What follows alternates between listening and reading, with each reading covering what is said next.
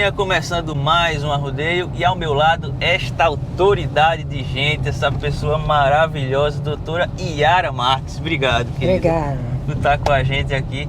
Olha, vocês sabem que eu não perco a oportunidade de falar de Samuel, né? Então, imagine a pessoa que está do meu lado foi que acompanhou a gestação, que cuidou da minha esposa e que tirou Samuel da barriga da minha mulher. Como é que pode eu não falar dele? Vocês não me conhecem. Vocês não me conhecem. Doutora Yara, que é uma pessoa especialíssima, está marcada na nossa história e vai conversar um pouco aqui com a gente sobre um assunto muito interessante que eu acho, doutor, que é pertinente tanto para mulheres quanto para homens também, né? Não só as mulheres que convivem com isso, mas os homens saberem disso, né? Até para ajudar a compreender, etc. Que se chama menopausa. E esse assunto, doutora, gera certa dúvida. Então eu queria que a senhora começasse assim, explicando o que é a menopausa e se existe a diferença com um nome chamado climatério, que muita gente confunde menopausa com climatério. Ok, a mulher tem fases assim, bem definidas na vida dela, né? A infância, a adolescência, menarquia, que é o período reprodutivo, climatério, que ela já está entrando num período, ainda tem condições de engravidar, mas cai muito devido à condição no início da insuficiência ovariana, que é o climatério. E a menopausa é um episódio na vida da mulher, significa a última menstruação. Então, para a mulher ser considerada na menopausa, ela tem que passar 1 ano sem menstruar. É um diagnóstico retrospectivo. Então, o climatério inicia aos 40 anos e vai até o período que realmente acontece a última menstruação. Daí por diante, a mulher considerada na menopausa. Ah, entendi. Então quer dizer que a menopausa pode ser diferente, doutor, de uma mulher para outra ou é igual? Não, a menopausa, ela vai trazer, é uma insuficiência ovariana. A insuficiência ovariana é igual para todas as mulheres. Mas se entende que algumas mulheres têm distúrbios assim, mais característicos do contexto da menopausa. Por exemplo, fogachos, que são aqueles calores que podem já acontecer no climatério. É importante citar isso. Mas a menopausa, ela dá algumas alterações da insuficiência ovariana, que é exatamente a condição hormonal, e a paciente pode passar por distúrbios neurovegetativos. Esses distúrbios neurovegetativos, que é exatamente aqueles fogachos, aqueles calores que a paciente sente. E em cima desses calores vem um frio. São contextos assim muito rápidos, bem extremo, né? Assim, extremos, né? Mas que pode acontecer a depender da paciente ao longo do dia, em várias e várias vezes. Então, esses fogachos, que são esses calores associados a um contexto, calores da menopausa, normalmente são relacionados à deficiência dos hormônios neurais, dos hormônios cerebrais. Mas nem toda paciente apresenta. Depois vem apresentando ao longo do tempo uma condição real, que é ressecamento vaginal, queda da sexualidade, envelhecimento da pele, são situações que acontecem, e finalmente o contexto da velhice como um todo, né? Que a paciente vai perdendo pelo fator idade. Perfeito, doutora. Reposição hormonal é um assunto que, quando se fala em menopausa, a gente já linka logo. Reposição hormonal. E quando a gente fala em hormônio, a gente já fica, assim, eu não diria preocupado, mas atento, né? Porque todas precisam fazer reposição hormonal e já vem aquela pulga atrás do orelha. Engorda essa reposição hormonal que precisa fazer na menopausa. Olha, a terapia hormonal, né, que a gente chama, é extremamente necessária.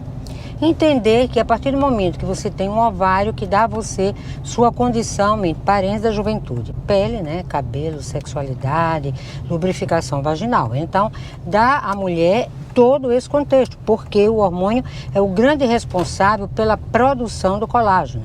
O hormônio é o grande responsável pela inibição óssea para que não ocorra a osteoporose. A princípio, se ocorre, diminui a intensidade da mesma. Então, é extremamente importante. O problema não é nem engordar, porque o hormônio não engorda. O hormônio não engorda, né? Não Isso engorda. É um mito, né? É um mito. Tem alguns hormônios que fazem uma retenção hídrica, a paciente fica inchadinha. Mas dizer que ele estimula a vontade de comer, não. Tem alguns hormônios, assim, a nível de pílula anticoncepcional, que pode provocar isso. Mas a terapia hormonal, não. Então, o problema da terapia hormonal, que bloqueia, né, muitas pacientes, quando se oferece, porque isso é uma responsabilidade tanto do médico como da paciente, se é explicado o câncer de mama. Esse realmente é o grande fator que dá o bloqueio das pacientes usarem e, quando usarem, abandonarem. Porque o câncer de mama pode acontecer quando a paciente tem passado de câncer de mama na família, principalmente. Tem histórico, né? Tem histórico de câncer de mama. Mas isso é realmente o grande, como é que se diz? Calo, né? Da terapia hormonal. Exatamente o medo de câncer de mama que essas pacientes apresentam. Que tem, né? Mas é de extrema importância. Na realidade, a terapia hormonal, a gente tem que botar uma balança mostrando riscos e benefícios para os pacientes tomarem conscientização da importância da terapia hormonal. A senhora mencionou uma coisa chamada altera a vida sexual, altera a menopausa, a libido, o humor também. Sim, a terapia hormonal ele tem um feedback muito importante com os neurohormônios. Então, a gente entende que a sexualidade cai, as pacientes muitas vezes que têm uma tendência maior em depressão, podem evoluir com a depressão, isso é fato. Então, no período da menopausa, já tive pacientes, sim, com processos depressivos e que teve uma resposta muito boa, né? Claro, com acompanhamento também com o psiquiatra, a princípio, se necessário, com o benefício da terapia hormonal. Então, há, sim, mudança de humor. Como acontece, por exemplo, no menarche, num período que a paciente está ovulando, está toda maravilhosa e tem a TPM. É uma mudança de humor em decorrência da alteração hormonal. Então, o hormônio ele tem sim um reflexo muito grande para a condição da mudança de humor da paciente. Entendi, doutor. E a pílula anticoncepcional, essa tomada diariamente, tão usada hoje em dia, né? A gente até brincava, o Dr. Carlos, seu esposo, quem não viu o nosso bate-papo aqui sobre métodos anticonceptivos, dá uma olhadinha que está bem interessante, sobre essa pílula anticoncepcional. Essa pílula que é um medicamento muito usado no mundo, ela antecipa a menopausa ou isso é um mito? É mito. Isso é um mito. Mito. A pílula anticoncepcional, o efeito dela é um efeito sobre a bloqueio ovariano para que a paciente não ovule. Ela não dá uma condição de insuficiência ovariana nesta paciente.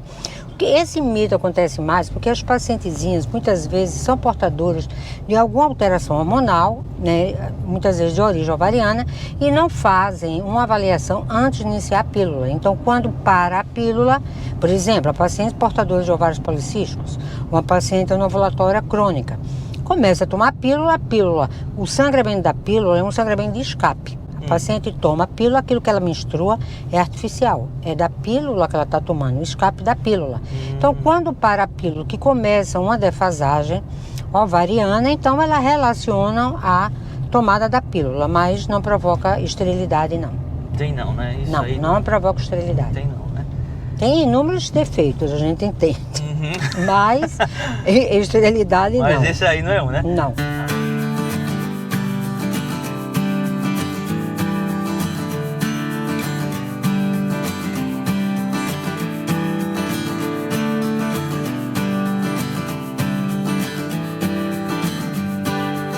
Agora, doutora, a mulher, às vezes, quando está na menopausa, e eu até repito bastante isso, quando a gente vai fazer um bate-papo, a gente sempre pergunta algumas coisas para saber realmente o que se passa na prática.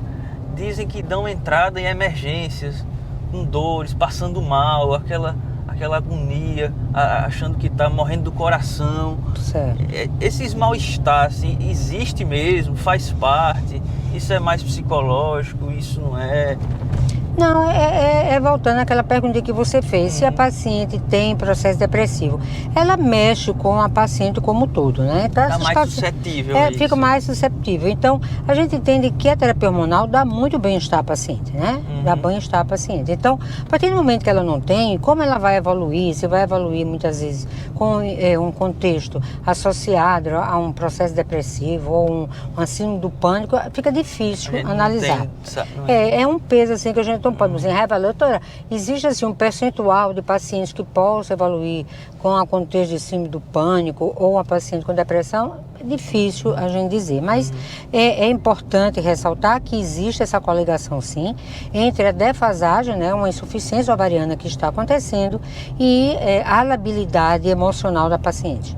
É preciso, doutora, se preparar para a menopausa? É possível se preparar para a menopausa ou não? É possível sim, porque a menopausa não só traz distúrbios assim emocionais, ou pele ressecada, ou vagina ressecada. Ela traz um inimigo silencioso que é a osteoporose. O hormônio ele tem uma função muito importante de bloquear uma célula óssea que reabsorve o osso. Então ele vai lá e bloqueia para que aquela célulazinha não vá lá e reabsorver, ou seja, comer o osso, né, de uma maneira mais leiga.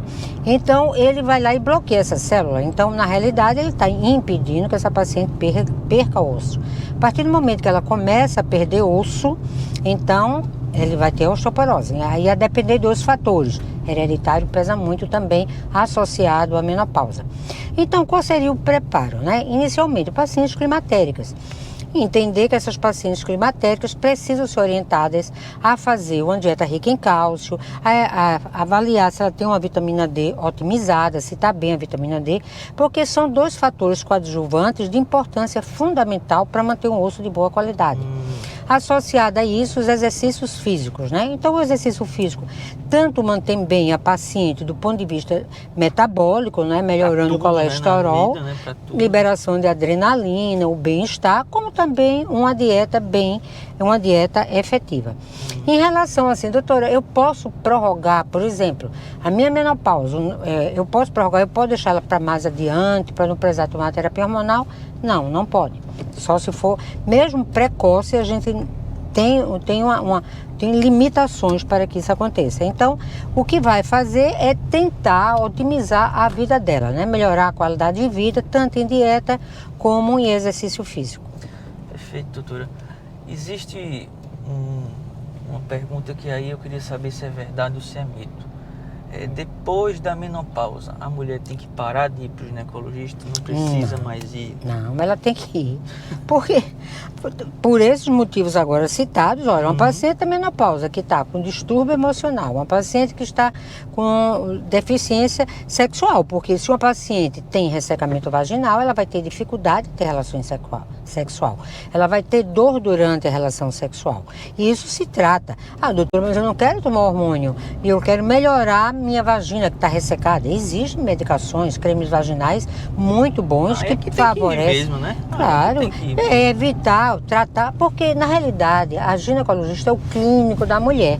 Então ela tem que ser tratada tanto do ponto de vista sintomático, daquilo que ela sente, ressecamento vaginal, né, que queda da sexualidade. Isso tem que ser otimizado pelo ginecologista, né? E prevenção de osteoporose. Então ela mais do que nunca precisa, né? Então, muitas vezes, essas pacientezinhas procuram um geriatra. O geriatra normalmente é acima de 60 anos de idade. Mas quando ela vai ao geriatra, que é uma especialidade muito importante, diga assim de passagem, mas é importante ela entender que a ginecologista sempre vai fazer parte desse contexto. Porque quem vai otimizar ela do ponto de vista de sexualidade, de manutenção de uma vagina, né, otimizada para uma relação sexual, é a ginecologista. Perfeito, doutora. Para a gente encerrar aqui esse arrodeio de hoje, a gente só falou coisa complicada aqui, né? Eu só fiz pergunta de uma vida difícil, né? As mulheres devem estar pensando, meu Deus do céu, isso é um inferno. Dá para ser feliz na menopausa? Muito. Muito. Dá para ser feliz. Dá para ser assim. feliz. Tem alguns pacientes, na realidade, que não tem nada, absolutamente nada. Elas entram na menopausa bem silenciosas, bem tranquilas, não tem fogaços. Claro que ao longo do tempo vai tendo ressecamento vaginal, né? A pele fica também um pouquinho ressecada, mas as pacientes conseguem conviver bem com isso. O problema não é a menopausa, o problema é que alguns pacientes relacionam a menopausa com envelhecimento. Esse é o grande problema, né? Então elas, não, eu estou na menopausa, eu não vou mais poder engravidar, eu estou com a queda da sexualidade. Então elas relacionam isso ao envelhecimento, mas entender que não. Primeiro porque pode ser tratado de maneira muito efetiva.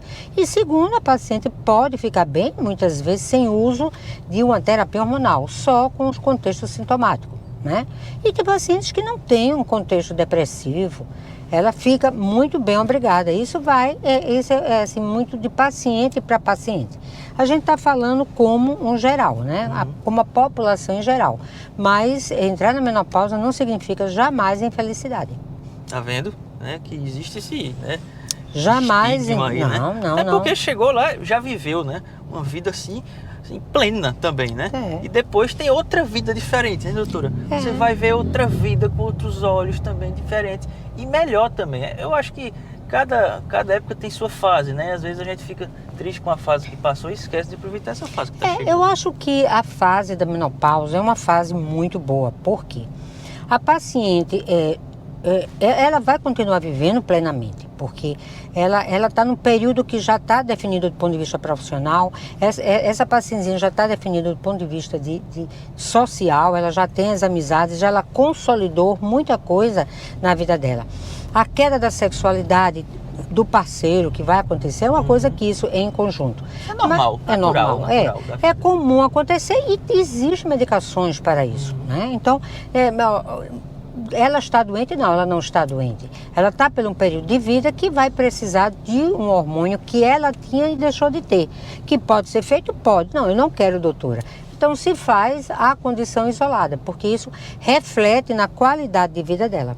Então, eu acho que hoje o envelhecimento é uma coisa que está... Hoje, a gente tem que... A mulher hoje tem um tempo maior de vida, como o homem também, e a gente tem mais de 1/3 da vida da mulher na menopausa, no período da menopausa. E isso tem hoje como a gente trabalhar de uma maneira muito efetiva, tanto do ponto de vista de tratamento, como do ponto de vista psicológico. Às vezes a gente precisa encaminhar uma pacientezinha por aquilo que eu estou lhe dizendo, porque não é só o contexto hormonal, existe na cabeça dela que ela está envelhecendo, porque ela deixou de ser uma pacientezinha que não pode mais engravidar.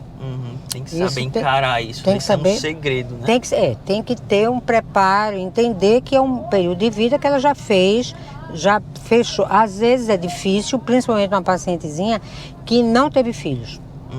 É mais difícil, né? Porque a menopausa não é só aos 50, pode acontecer aos 45 anos de idade. E 45 anos de idade, a paciente que não teve filhos ainda tem esperanças de ter. Quando entra na menopausa, então o mundo realmente cai um pouquinho. Então existe esses pontos fora da curva, né, que a gente chama assim, que uma ou outra pode acontecer, mas que não vai deixar ela ser infeliz de jeito nenhum. Vive muito bem. Tá vendo que maravilha aí, esse arrodeio aí, tá vendo? Foi bom. Tirar esses mitos aí, né, e deixar, assim, a felicidade realmente fazer parte dessa época, que é uma época, como a doutora Yara disse, 1/3 da vida da mulher, então é muita coisa, né? Não dá para ser infeliz esse tempo todo, né? Não, dá não. Doutora Yara, muito obrigado bom. pela sua participação aqui, essa pessoa especialíssima, pessoa que tá aí conosco, acompanhou minha esposa. Vou colocar aqui, caso você não esteja ouvindo pelo YouTube, esteja ouvindo pelo rádio, pelo podcast, vai lá no YouTube, no Arrodeio Sobre Rodas, vai ter lá contato profissional da doutora, enfim, o currículo da nossa doutora que está aqui do lado para você conhecer mais e tal. E eu queria agradecer muitíssimo, doutora Yara, mais uma vez. Obrigado demais por esse arrodeio, mais que especial. E até o próximo Arrodeio Sobre Rodas, pessoal. Tchau!